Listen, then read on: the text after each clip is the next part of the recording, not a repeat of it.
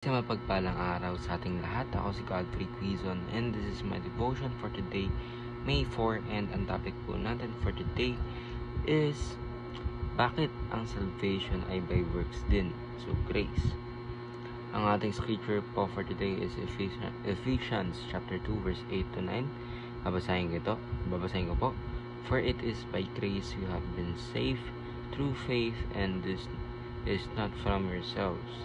It is the gift of God, not by works, so that no one can boast. So, ano po ba yung grace? Or ano po ba yung topic natin for today? So, yung grace daw po ng ating Panginoon, grace is God's goodness, freely given to those who deserve only punishment. It is unearned, undeserved, and overflowing. Grace is the heart of the gospel. While we were still sinners, Christ died for us.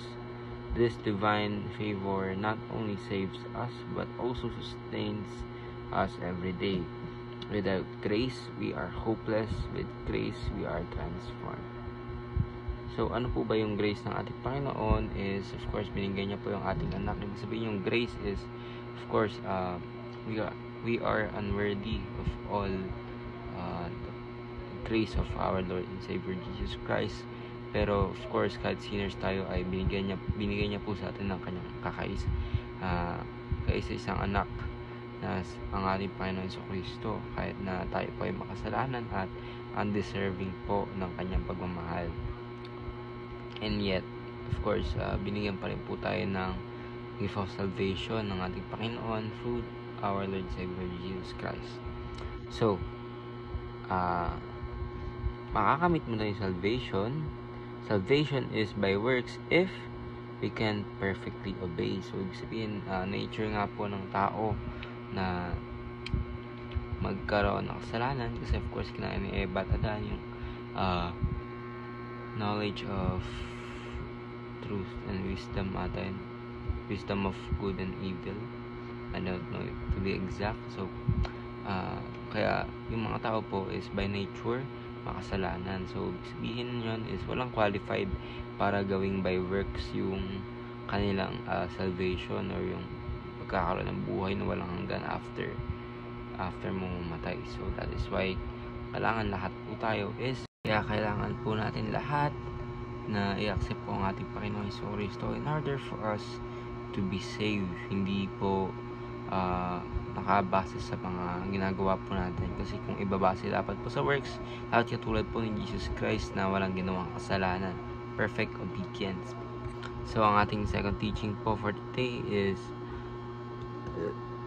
salvation is by work of Christ perfected in us. And third teaching is salvation is by God's grace and not by human work. So ibig sabihin, obey na po perfectly ang ating Panginoon sa Kristo. So, ibig sabihin, ginawa na niya po yung batas ng ating Panginoon. Ibig sabihin, ginawa niya na maayos, perfectly. Wala po siya nilabag ng batas kahit isa. And of course, dahil po sa paniniwala po natin sa ating Panginoon Hesus Kristo na siya ay ang ating Lord and Savior, ibig sabihin, mapapasa atin po yung gift of salvation na kung sino man maniwala sa ating Panginoon is makaka-receive yung gift of salvation. So, sabihin po ng gift of salvation is, sa third teaching is salvation is by God's grace, not by human work. So, hindi po natin siya ma-receive sa ating work. Ibig sabihin yung hindi po natin ma-receive yung salvation sa paghihirap natin. No. Of course, sa faith natin sa ating Panginoon na nag-exist and naging sacrificial lamb ang ating Panginoon sa Kristo in order for us to be saved. So, dun po kabata yung ating salvation. So, ayun lang po, ako si Godfrey Quizon and this is my devotion for today, May 4. And sana po ay marami kayong natutunan. Ayun lang po, and God bless.